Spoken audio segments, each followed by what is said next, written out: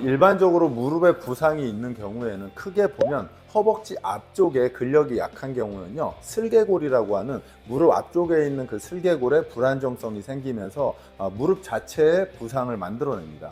또 하나는 허벅지 뒤쪽에 햄스트링이라고 하는 근육이 약화가 되게 되면요, 달리거나 방향을 전환할 때 햄스트링이라는 근육이 찢어지게 되는 부상을 갖게 되거든요. 그래서 허벅지 앞쪽 대퇴사두근과 허벅지 뒤쪽 햄스트링에 적정한 근력과 근력 비율을 가지고 있는 것은 무릎 주변의 부상을 예방하는 데 있어서 굉장히 중요한 요소입니다. 그래서 만약에 허벅지 주변의 근력이 약하다면 일반적으로 부상의 원인도 있지만, 또 한 가지로는 대사증후군의 위험이 높아지게 됩니다. 우리 몸에서 가장 근육이 큰 곳이 허벅지와 엉덩이거든요. 이 근육이 약하게 되면 대사 능력이 떨어지면서 당뇨, 고혈압, 그 다음에 심혈관계의 질환에 노출될 가능성이 높아지게 됩니다.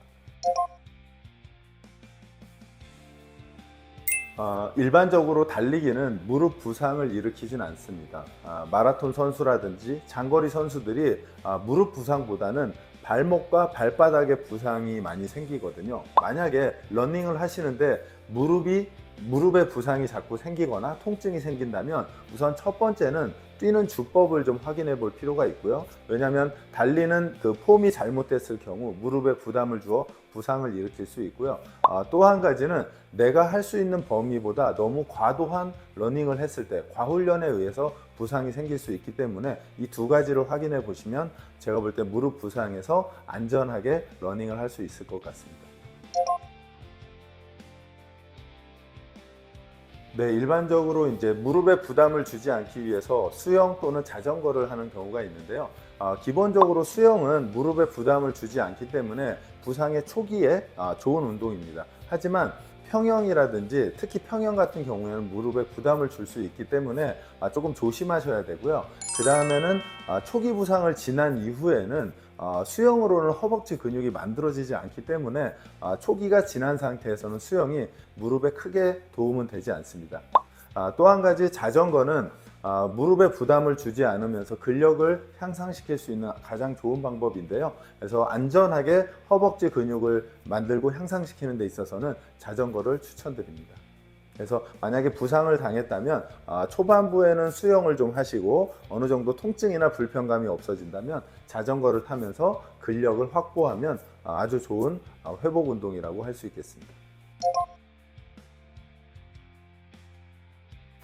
일반적으로 그러니까 무릎 부상과 관절염은 좀 차이가 있습니다. 진행 순서로 보면 무릎 부상이 먼저 생기고요. 그 부상이 반복적으로 다시 생기면서 관절염으로 가게 되는데요.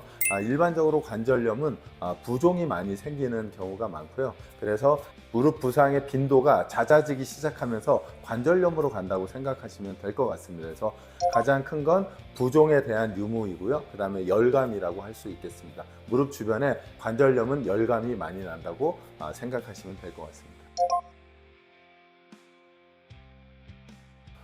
무릎을 포함한 관절에 통증이 있는 경우 냉찜질, 온찜질 두 가지를 하게 되는데요. 둘 다 통증을 가라앉혀주는 역할을 하게 되거든요. 하지만 냉찜질과 온찜질을 언제 하느냐 하면은, 냉찜질은 급성기 통증에 하게 되고요. 그 다음에 온찜질은 만성적일 때 합니다. 그 다음에 만약에 운동을 한다면 운동하기 전에는 온찜질을 하고요. 운동 후에, 운동을 마무리하고 나서는 냉찜질을 하게 됩니다. 그래서 온찜질과 냉찜질은 이렇게 타이밍을 맞춰서 사용하시면 집에서도 물리치료 이상의 큰 효과를 볼 수 있습니다. 일반적으로 관절에서 뚝뚝 소리가 나는 건 여러 가지 원인이 있겠지만요. 가장 큰 원인은 무릎 주변을 둘러싸고 있는 근육의 균형이 맞지 않아서이거든요. 하지만 통증이 없다면 크게 문제가 되지 않지만, 만약에 뚝뚝 소리가 나면서 통증이 있다면 요거는 병원의 진료 또는 치료가 필요할 수 있습니다. 그래서 만약에 뚝뚝 하는 소리가 계속 난다면 폼롤러 스트레칭 또는 가벼운 운동을 통해서 주변 근육의 균형을 잡아주는 운동을 해주시면 그 소리의 강도가 조금 낮아질 거고요. 그 다음에 조금 더 건강해지실 겁니다. 자, 무릎 수술을 하고 나서 무릎의 회복을 위해서 첫 번째는 관절의 가동 범위를 회복하는 건데요. 첫 번째는 무릎이 펴지는 동작입니다. 일반적으로 무릎을 수술하게 되면 약간 이렇게 구부린 상태에서 펴지지 않거든요. 그러면 이 상태에서 양손으로 본인의 무릎을 이렇게 살짝 눌러주면 좋습니다. 그렇게 되면 무릎이 펴지면서 오금 뒤쪽이 펴지고 그 다음에 이 슬개골 쪽이 부드러워지는 동작이 되고요. 그래서 완전하게 이렇게 펴지면 그 다음은 무릎이 펴진 상태에서 양손으로 발끝을 쭉 닿는, 그래서 햄스트링하고 종아리, 허벅지 뒤쪽에 있는 근육을 늘려주시면 좋고요. 그 다음에 일어서시고 그 다음에 내려가면서 호흡을 그렇지 쭉 뱉게 되면 햄스트링하고 허벅지 뒤쪽이 늘어나면서 관절의 가동성을 확보할 수 있습니다. 두 번째는 이제 무릎의 굴곡인데요. 굴곡은 뒤로 잡은 상태에서 처음에는 수술 초기엔 당연히 안 되겠지만 수술이 어느 정도 지난 한 달, 두 달 지나게 되면 이 수술을 하고 났는데도 이 뒤꿈치가 엉덩이에 닿지 않는다면 굴곡이 잘 안 되는 거거든요. 그렇다면 이 허벅지 앞쪽이 짧아진 거예요. 그래서 가능하면 뒤꿈치를 엉덩이에 붙일 수 있게끔 이렇게 당겨주시는 동작이 필요합니다. 하지만 이때 무릎이 앞으로 나가는 것보다 약간 뒤쪽으로 이렇게 오면서 허벅지 앞쪽을 늘려주시면 관절의 가동 범위가 늘어나면서 초기 운동 재활은 어느 정도 됐다고 할 수 있습니다. 만약에 무릎 수술을 하고 구부리고 펴는 동작이 다 되었다면 그 다음은 런지를 할 수 있을 텐데요. 런지를 처음 하면은 이 허벅지가 90도까지 내려가기 어렵거든요. 그러면 대략 3, 40도만 내려가게 각도를 제한해서 허벅지와 엉덩이에 힘이 들어오게 이렇게 근력 운동을 해주시고요. 만약에 이 상태에서 괜찮다면 조금만 더 한 20도 정도 더 내려가 볼게요. 두 번째 단계는 대략 60에서 한 70도까지 내려갔다가 올라오는 동작을 해주시고요. 한 번만 더 내려갔다 올게요. 자, 여기까지 순조롭게 됐다면 마지막은 뒷무릎이 바닥에 닿을 만큼 내려갔다 옵니다. 쭉 내려가서 이렇게 해서 펴지게 되면 무릎의 허벅지 앞쪽, 뒤쪽, 그 다음에 엉덩이까지 고루 발달이 되면서 근력이 정상적으로 회복될 수 있습니다. 마지막 스피드 훈련으로는 가능하면 걷기에서 러닝까지 진행해 주시면 좋은데요. 만약에 밖에 나가서 뛰기 어렵다면 트레이드밀을 이용하셔도 좋고요. 만약에 뛰는 게 부담스럽다면 이런 방식도 있습니다. 제자리에서 한번 이렇게 달리면 지금 요 정도 달리면 케이던스가 대략 한 140, 50 될 거거든요. 속도를 조금만 더 내볼까요? 그렇죠. 점점 빨라지고 있죠. 조금 더 빠르게 이렇게 해서 최대 스피드까지 올려볼까요? 제자리에서 더.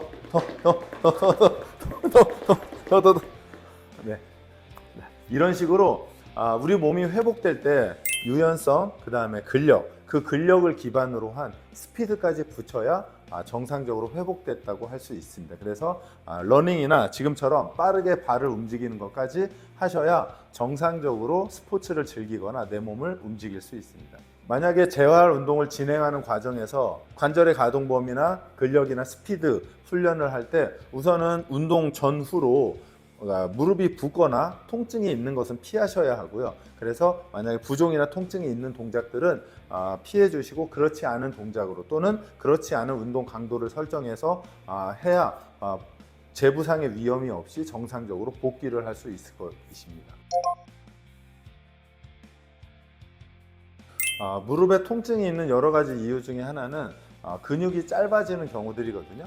그랬을 때 햄스트링 스트레칭을 하나 보여드리겠습니다. 한쪽 발을 의자에 올려주시고요. 올린 상태에서 발목은 몸쪽으로 당겨주시고 양손은 교차해 주시고요. 이 상태에서 발끝을 닿습니다. 그렇죠? 천천히 제자리로 왔다가요. 그대로 쭉. 목표는 손목까지 오면 좋습니다. 다시 만약에 예를 들어서 이 정도에서 끝난다면 허벅지, 햄스트링의 길이가 너무 짧은 거고요. 쭉 진행해서 손목까지 온다면 햄스트링의 길이는 정상이라고 할 수 있거든요. 그대로 스트레칭 조금만 더 해보실게요. 쭉 호흡했고 이렇게 스트레칭을 해주시고요. 그래서 목표는 내 손목이 발끝을 지나갈 때까지 스트레칭 한다라고 생각하시면 되고요. 만약에 발끝에 많이 도달되지 않는다면 아마도 허벅지 뒤쪽이 딱딱한 거니까요. 한 번에 가려고 하지 마시고 한 달 또는 두 달, 길게는 세 달까지 생각하시면서 점진적으로 늘려가면 좋을 것 같습니다. 무릎 부상의 원인 중에 유연성의 부족으로 무릎이 문제가 생기는 경우가 있는데요. 그럴 때는 허벅지 뒤쪽의 햄스트링 스트레칭과 그다음에 허벅지 앞쪽에 대퇴 사두근 스트레칭을 해주시면 좋습니다. 자, 의자 같은 것을 잡아주시고요. 네, 오른손으로 발목을 잡고 그 다음에 무릎에서 어깨까지 직선을 유지한 상태에서 내 뒤꿈치가 엉덩이에 닿을 때까지 당겨 주시면 돼요. 이때 허벅지가 늘어나는 느낌은 좋고요. 무릎이 아프다면 그거는 폼롤러와 다른 동작을 먼저 해주시고 다시 스트레칭을 해주셔야 돼요. 다시 힘 빼시고 한 번 더 당겨 보실게요. 그렇죠. 자, 두 번만 더 힘 빼시고 당겨서 네, 한 번만 더 당기겠습니다. 그대로 쭉 당겨 주시고 그렇죠. 됐습니다. 이렇게 해서 뒤꿈치가 엉덩이에 편안하게 닿을 수 있을 때까지 스트레칭을 해주시면 무릎 부상에 도움이 됩니다. 무릎 부상을 일으키는 원인 중에 하나는 발목의 움직임의 부족이거든요.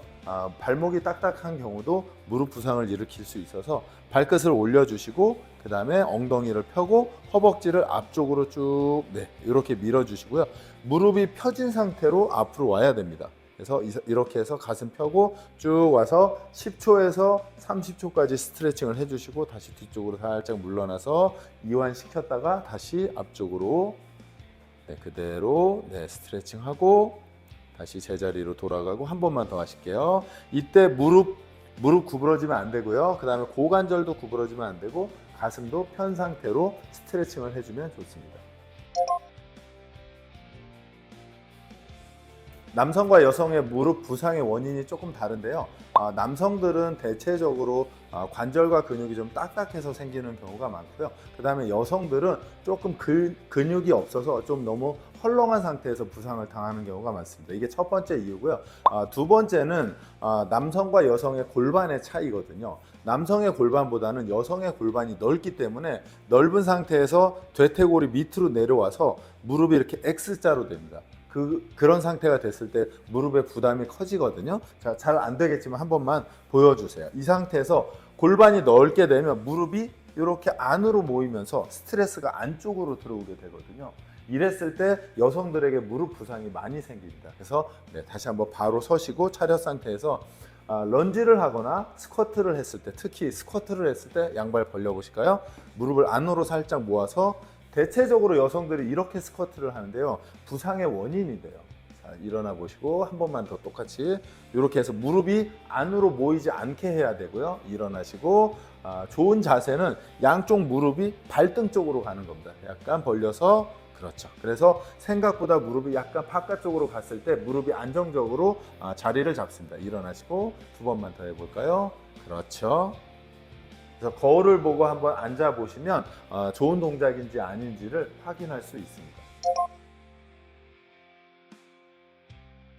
운동을 할 때 만약에 무릎 통증이 있다면 통증 지수로 확인해 보시는 게 좋고요. 그래서 통증 지수가 3 미만이라면 반복적으로 운동을 한번 해볼 필요는 있고요. 그 이상이 된다면 운동을 중단하는 게 좋을 것 같습니다. 그래서 만약에 무릎에 통증이 있다면 그 원인을 좀 찾을 필요가 있는데요. 첫 번째로는 동작의 움직임에 문제가 있을 경우 또는 내 체력보다 과한 운동을 할 경우 통증이 생길 가능성이 큽니다. 그래서 첫 번째는 만약에 스쿼트나 런지라면 그 동작이 정확하게 이루어지고 있는지를 한번 확인해 볼 필요가 있고요. 만약에 괜찮다면 과훈련을 하지 않는지 내가 가진 체력의 60에서 한 70% 수준으로 조금 가볍게 한다면 조금 더 편안하게 운동을 할 수 있을 것 같습니다.